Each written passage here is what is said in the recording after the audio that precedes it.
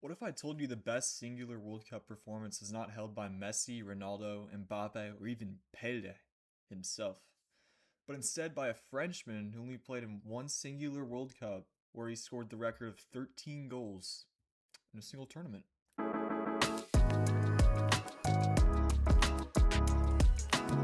You might have a lot of questions right now. Why did he play only once? How have I never heard of him? How the hell is Argentina still in this tournament? When this is all said and done, these questions will be answered, and our story begins in Morocco. Is that right? Born to a French father and a Spanish mother, Just Fontaine was born in Marrakech, Morocco, and soon relocated to the capital of Casablanca. And after a successful youth career in the area, he was soon signed by USM Casablanca. After scoring 48 goals for the side, he was scouted by Nice and brought to the French mainland. He then later found his first international cap at the age of 20, scoring a hat-trick against the almighty Luxembourg. After only two more caps, both against Hungary, two L's by the way, just saying, he found his fourth cap, which he scored against Spain, securing a spot on the World Cup roster in Sweden. Fontaine was a reserve striker going into the tournament, but with his counterpart Rene Rene Rene Rene Blard Rene Blyard. Obtaining an injury before the first match, Fontaine was selected to start in the opening match against Paraguay. He even had to borrow boots because his were deemed not pitch-worthy by the French staff.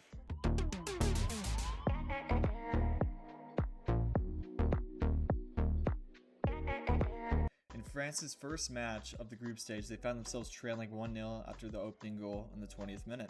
However, Fontaine would soon equalize 4 minutes after and take the lead 10 minutes after that Paraguayan goal was scored. Unfortunately for Fontaine, Paraguay equalized right before the half, and then they took the lead 3-2 in the 50th minute. Now, you may be thinking with 13 goals, France should not be struggling to Paraguay out of all teams. I mean, it's a good thing this will never ever happen again in any way, shape, or form in the future at all.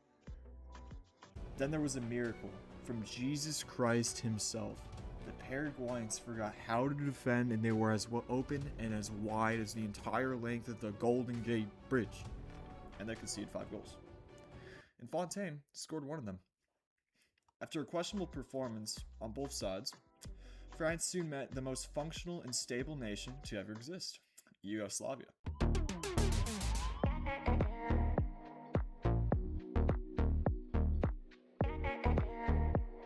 And the French had an easy cakewalk of they lost. They lost 3-2. But Fontaine scored 2 of the goals. His tally's up to 5. That's a lot of goals. Now, this was 1958 and only 16 teams participated, and only the top 2 in each group moved on to the quarterfinals. Yugoslavia stood at 4 points, France at 3, Paraguay at 3, and Scotland at 1. Now, to secure berth in the quarterfinals,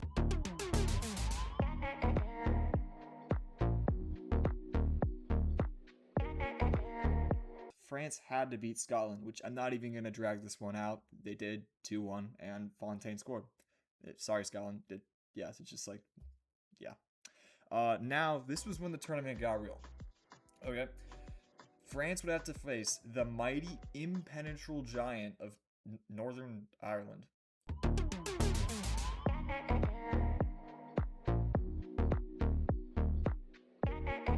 They got through a group over Argentina and Czechoslovakia. Are we serious? What a world we lived in.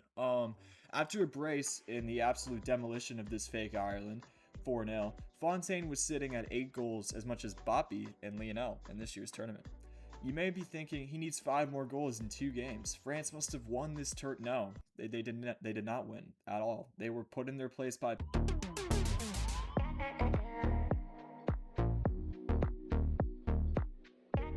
Pele, who scored a hat-trick in the second half of the semi-final. Fontaine, however, scored the equalizer in the 9th minute after a second-minute goal by Vava on Brazil. I'm looking at the score sheet of this game, and these Brazilians really need to bring back the 4-letter last names, like guys named Vava, Didi, Pele. Positive correlation. The game ended 5-2, and France was off to the third place game against none other than the nation they were at war at 15 years earlier.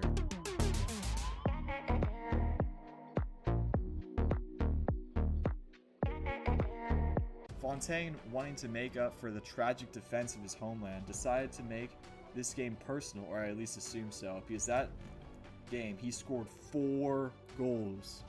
4 goals. France even had a penalty, and he didn't even take it.